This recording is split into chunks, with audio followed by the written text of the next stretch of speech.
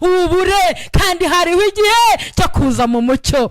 Umucyo nta wundi ni Kristo. Ndumva nifuza ko Yesu wamenye wanijimba bazi n'umucunguzi yiteguye kukwakira. Hanyuma aravuga ati rero nimubyuke kuko hariho umwijima kandi uyu mwijima uzatwikira isi. Imana itugirire neza. Ni ukuvuga umunsi wemerere umwuka wera akujugunye mu kidege, akujugunye mu kidege.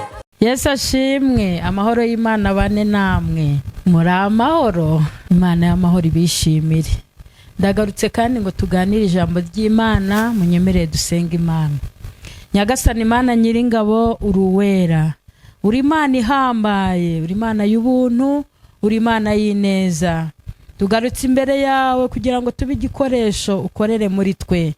Ntacyo twabona twavuga, ni wowe uvuga bikemera. Ijambo ryawe riraturuta nirizima. Ngwino ukorere muri twe, uvugane natwe.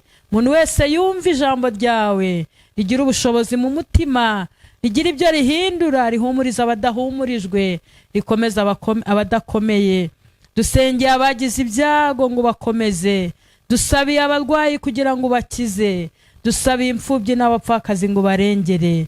Urakoze kubanye natwe muri uno mwanya. Nitubura ugaragara, hagaragara ijambo ryawe mu izina rya Yesu, amen. Imana y'amahoro ibishimire. Ndagarutse ngo tuganire ijambo ry'Imana. Hanyuma nzanye ijambo nshaka ko tuganira, ariko ndashaka kubanza kuririmba igitero cy'indirimbo ivuga ngo byukura bagirane. Byukura bagirane kuko umucyo wawe uje kandi ubwiza bw'Uwiteka bukaba bukurasiye. Byukura bagirane kuko umucyo wawe uje, ubwiza bw'Uwiteka burarashe. Niba waramenye yuko ari we umukiza, menyesha n'abandi nabo bakizwe. Byukura bagirane kuko umucyo wawe uje, ubwiza bw'Uwiteka burarashe. Niba waramenye yuko ari we umukiza, menyesha n'abandi nabo bakizwe. Abakomeye b'isi nibirangirire hose, abagira neza bose bo mu isi nabo njye sinabona uwanijimba bazi n'umucunguzi yiteguye kukwakira none. Haleluya, haleluya. Imana ishimwe cyane. Nzanye ijambo ryaciye mu muhanuzi Yesaya igice cya 60. Turasoma duhereye ku murongo wa mbere. Haranditse ngo byukura bagirane kuko umucyo wawe uje kandi ubwiza bw'Uwiteka bukaba bukurasiye. Dore umwijima uzatwikira isi kandi umwijima w'icuraburindi uzatwikira amahanga, ariko Uwiteka azakurasira kandi ubwiza bwe buzakugaragaraho. Amahanga azagana umucyo wawe n'abami bazagusanga ubyukanye kurabagirana. Mvugira utameni. Iri ni ijambo ryiza ry'ubuhanuzi bwaciye muri Yesaya. Yesaya ni umuhanuzi mukuru cyane kuko ari mu bahanuzi bakuru. Harimo Yeremiya, Yesaya, Ezekiyeli. Abo bahanuzi rero bagiye bavuga ubuhanuzi bukomeye, bahanurira ubwoko bw'Imana kandi mu bihe bitandukanye. Hanyuma Ezekiyeli yakunze guhanura mu gihe Abisiraheli banyagwaga bakajyanwa i Babuloni, bakamarayo hafi imyaka 70 ari abanyage baranyazwe. Hanyuma muri ubwo bunyage bagiye batakambira Imana, mbese babayeho mu buryo bwari bugoye cyane kuko basaga nk'aho Imana yabo mbese barabacuriraga, bakababwira bati sibundi Imana yanyu iri hehe, Imana yanyu mwasengaga iri hehe. Ngo bajyaga banabacurira cyane ngo mufate inanga zanyu mwongere muducurangire kubera ko babaga baragize gute, bararetse Uwiteka akabahana mu maboko y'abanyamahanga. Aho rero Imana yari yarabahanye mu maboko y'i Babuloni, y'umwami w'i Babuloni Nebukadinezari. Bari barabihanuriwe cyane rwose ko bazamara iyo myaka, kandi bibasohoraho. Imana itugirire neza. Rero yagiye hanura mu bihe bitandukanye, ariko ubu buhanuzi nabwo harababwira ngo reka mbabwire, ni ukuri nimubyuke murabagirane, kuko umucyo wanyu uraje. Umucyo wacu ni uwuhe? Umucyo yababwiraga nuko bagombaga kumenya ko Imana igomba kubagarukaho ikabavana mu bunyage, bakongera bakajya kuramya Imana yabo ari Uwiteka, bakongera bakayikorera, bakongera bakayihimbaza, bakayiha agaciro nk'Imana yabo. Hanyuma arababwira ati rero nimubyuke, kuko hariho umwijima, kandi uyu mwijima uzatwikira isi. Imana itugirire neza. Ni ukuvuga ngo nabo umwijima warabatwikiriye, bagiye bahura n'ibikomeye kubera kwanga kumvira Uwiteka Imana, kwanga kumva icyo Imana ibabwira, kugeza aho ubuhanuzi bukomeye bubasohoraho. Imana itugirire neza. Haravuga ngo umwijima uzatwikira isi, uzatwikira amahanga. Imana itugirire neza. Ariko arababwira ngo nimubyuke murabagirane, ngo kuko umucyo wanyu uje, ngo dore ubwiza bw'Uwiteka burabarasiye, ngo kandi bufite gukiza mu mababa yayo. Ahanura Mesiya, amuhanura mu gihe nk'iki cya kera, ariko yaramuhanuye, araza tubera umucyo, araza bera isi umucyo. Imana yo mu ijuru himbazwe. Imana iradusaba kubyuka tukarabagirana, kuko umucyo wacu waraje. Umucyo wacu waraje ni Kristo. Yesu niwe mucyo w'isi, niwe ugomba kuvira abantu bari mu mwijima bakava mu mwijima w'icuraburindi. Imana ishimwe kuba ubuhanuzi bwahanuwe mu myaka myinshi, hahanura ngo nimubyuke murabagirane, kuko umucyo wanyuje, ngo ubwiza bw'Uwiteka burabarasiye. Ahanura uwo bita Shami ko azaza ariwe Kristo, umwana w'Imana. Niwe mucyo w'isi. Imana ishimwe, Imana ihimbazwe. Iyo tumaze kumwakira, ahari umwijima hose araza akamurika, hanyuma umwijima wose ukagira gute, ugashira. Rero Yesaya arahanura, haravuga ngo nimureke tubyuke. Ndashaka kubabwira ngo intego irimo hano, nimubyuke murabagirane, nimubyuke mugaragaza ikibarimo, nimubyuke mugaragaza Imana mwamenye, nimubyuke nimuvaho muryamye.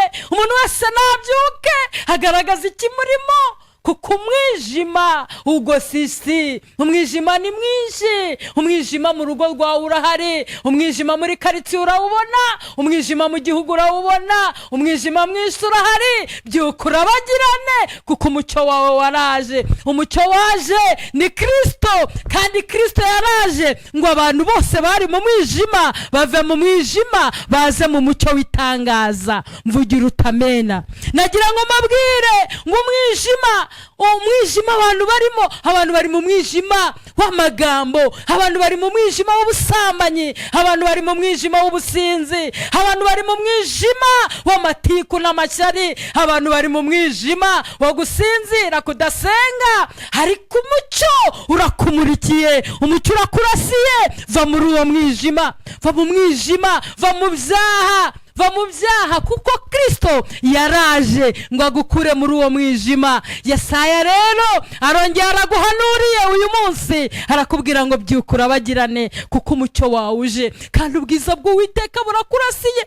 Ubwiza bw'Uwiteka nibukurasire, ubwiza bw'Uwiteka nibukurasire, bugukure mu mwijima w'amaganya, bugukure mu mwijima w'agahinda, bugukure mu mwijima w'intimba. Ibyo byose ni umwijima ugose isi. Umucyo w'Uwiteka nukurasire. Mvugira utamena cyane. Haleluya. Yesaya aravuga ngo nimubyuke murabagirane, kuko umucyo w'Imana waraje. Yesu yaraje kugira ngo abari mu mwijima babone umucyo. Yesu yaraje kugira ngo abari barushye baruhuke.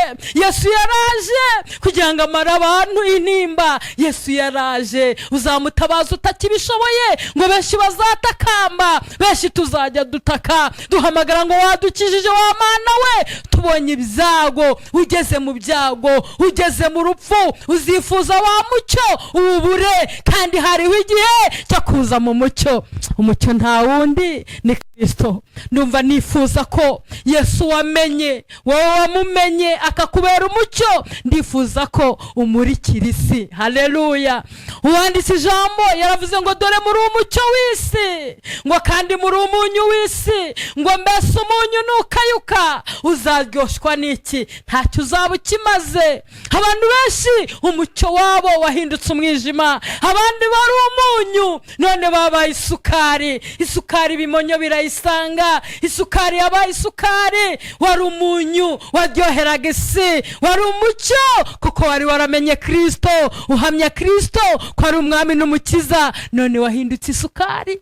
Wahindutse ute? Wahindutse ute? Nagira ngo mbasabe mugaragaza umucyo barimo. Haleluya. Ijambo riratubwira ngo mureke umucyo turimo we guhinduka umwijima. Yesaya arahanura aravuga ngo nimubyuke murabagirane kuko umucyo wanyuje. Haleluya. Abantu turi kumwe, nagira ngo twemerere uyu mucyo wa Kristo ugaragare mu gihe gikwiriye kuri wowe no mu gihe kidakwiriye. Garagaza umucyo wa Kristo. Mbese urakeye cyangwa urijimye? Urijimye kubw'ibibazo, urijimye kubw'ibyaha, ariko hari umucyo. Itara rya Kristo rirakumurikiye, va mu byaha. Itara rya Kristo ryamaze kukumurikira, va mu businzi, va mu bwibone, va mu magambo, va mu busambanyi, va mu matiku. Dore umucyo w'Imana waje, kandi haracyari uyu mucyo. Niwemera uyu mucyo ukakumurikira, uzagenda udasitara. Mvugira utamena. Rero Yesaya hanura uyu mucyo, nta wundi ni Kristo, kandi abamwemeye bose bakizera izina rye yabahaye ubushobozi bwo kuba abana b'Imana. Amen. Rero nzanyira ijambo riravuga ngo nimubyuke murabagirana. Umuntu wese nabyuka, niba wowe uri bubyuke ukarabagirana, nuko ufite uwo mucyo ari we Kristo. Ariko noneho ndasabye abatarabagirana rero, bitewe n'umwijima uhari, uyu mwijima rero nimureke Yesu Kristo amara uyu mwijima. Imana ishimwe. Haleluya. Ndagira ngo nkubwire ngo Yesu afite ubushobozi bwo gukura umwijima mu rugo rwawe. Yesu afite ubushobozi bwo gukura umwijima mu mutima wawe, kuko umutima wawe ufite umwijima. Ariko Yesu niwe mucyo, aramurika, n'itara rimurika, aramurika, umwijima ugahunga, ibibazo bikagenda, ntambara zigashira. Imana ishimwe. Ndumva nezerewe Imana kubwira ijambo. Ngubura amaso yawe kandi uraranganya urebe. Bose bazaterana, ariko ntago ari Uwiteka uzawubateranije. Hari abantu bajya baterana, bagaterana bakaguteraniraho, bagatuma umwijima mwinshi kuri wowe. Ariko mva ndaguhumurije, ndakubwira ngo emera umucyo w'Imana ukurasire, kandi umucyo kurimo ureke wake. Imana ishimwe cyane. Niba koko umucyo kurimo, niba agakiza kakurimo, reka kagaragare. Niba umucyo kurimo, reka wake, kandi byuka urabagirane. Abaryamye mwese nimubyuke. Byuka mu ntege nke, byuka mu magambo, byuka mu bibazo, byuka mbese ahantu uryamye, ubundi urabagirane. Imana ishimwe. Imana ihimbazwe. Twakira ijambo ry'Imana. Mbese urumva ufashijwe n'iri jambo? Mbese urumva hari ahantu hari umwijima, ukaba uvuze uti reka dusengane Imana, hanyuma ufata icyemezo, ujye uhatunga agatoki ubwira Imana ngo Mana, ngo naha hari umwijima, naha hari umwijima, naha hari umwijima, ngwino uhamurike, kandi ibi byose bimbereye umwijima, bimbereye mbese ibibazo ubikemure. Uratsinzwe. Urumva ijambo ry'Imana rikugezeho, rikubwira ngo rirakutsinze mu mutima wawe, ngo wereke Imana ahantu hakubereye umwijima, hatumye usinzira, hatumye uryamye, hatumye utari kugaragaza umucyo w'Imana, ngo dufatanye dusenga Imana. Hanyuma niba ubyumvise, reka dufatanye isengesho, kandi iri jambo numva rigufashije urifashishe n'abandi, ubabwire ngo nimubyuke, igihe cyo kuryama siki. Imana yo mu ijuru ibaho umugisha. Nyagasani Imana Nyiringabo uwera, uri Imana ihambaye, uri Imana y'ubuntu. Iri jambo ni rizima, iri jambo rigeze mu mitima yacu. Mwami waricishije muri Yesaya ngo abwire ab'icyo gihe ngo nibakanguke babyuke.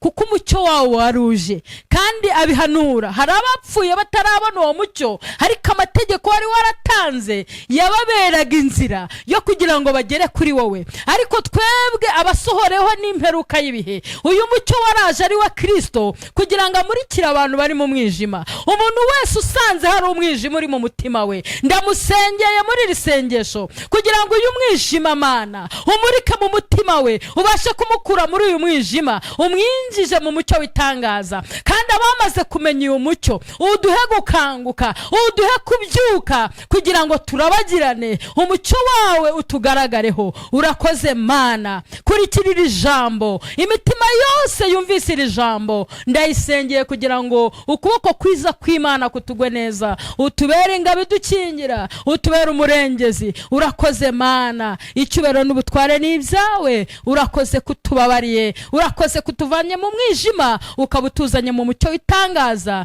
Nanjye mbisabye Imana, shima nizeye mu izina rya Yesu, amen. Shalom.